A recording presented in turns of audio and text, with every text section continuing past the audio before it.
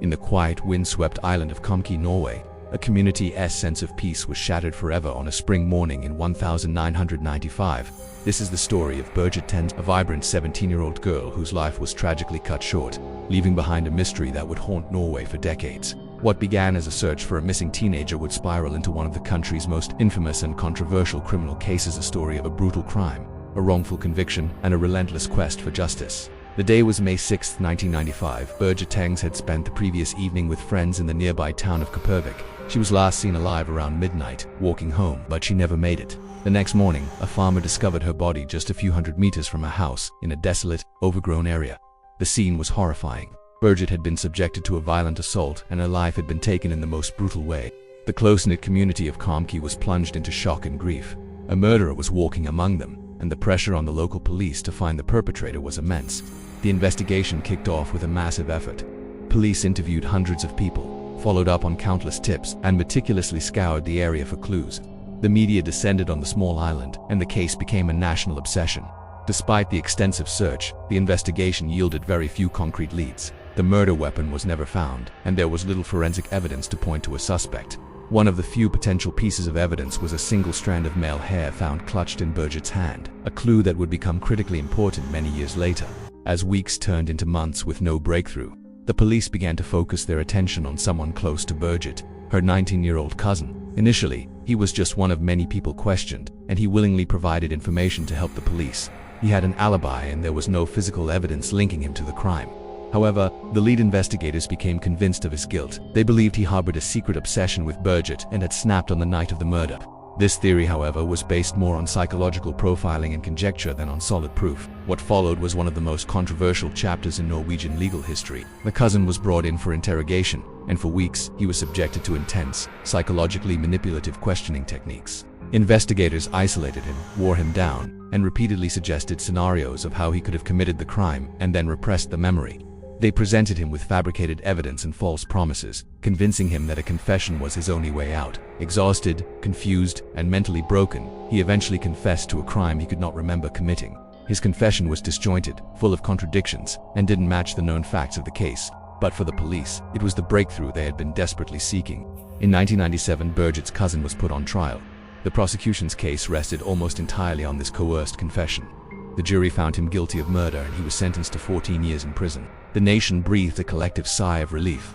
The monster had been caught, but the story was far from over. In a bizarre and unprecedented legal twist, while the criminal court convicted him, a separate civil court trial, which ran concurrently, delivered a different verdict. In the civil case, which required a lower burden of proof, the judge found him liable to pay compensation to Birgitte's parents. However, in the criminal appeal, the higher court's professional judges overturned the jury's guilty verdict.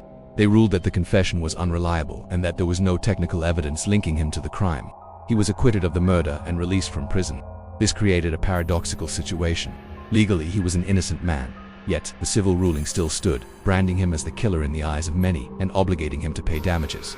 He was a free man, but his life was ruined. He was ostracized by his community, unable to find work, and forever shadowed by the accusation. He eventually left Norway to try and build a new life elsewhere, all while maintaining his innocence.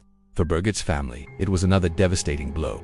They were left with no answers, and the person once named as the killer was now free. The case was officially back to square one. Years went by, and the Birgitte Tengs case grew cold. It remained a deep wound in the Norwegian consciousness, a symbol of a flawed justice system. Birgitte's parents never gave up hope, tirelessly advocating for the case to be reopened. Investigative journalists and private investigators continued to dig, convinced the wrong man had been targeted. The key piece of evidence that had been overlooked for so long, the single strand of hair found in Birgitte's hand, held the potential to unlock the truth. In the 90s, DNA technology was still in its infancy, but as the science advanced, so did the hope for a breakthrough.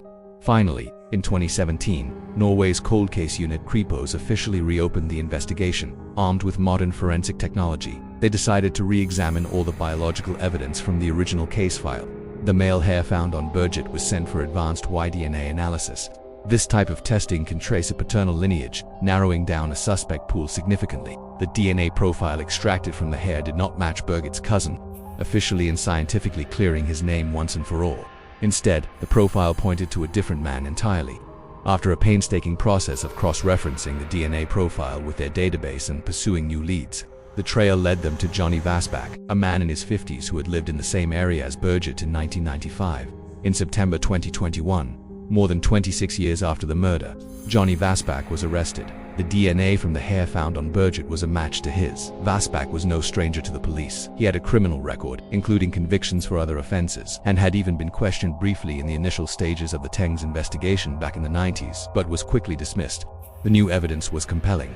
During his trial, the prosecution painted a picture of a man who had been in the right place at the right time and whose DNA was inexplicably found on the victim's body. In 2023, Johnny Vasbak was found guilty of the murder of Birgitte Tengs and sentenced to 17 years in prison. He appealed the verdict, but the conviction was upheld. For many, this verdict finally brought a sense of closure.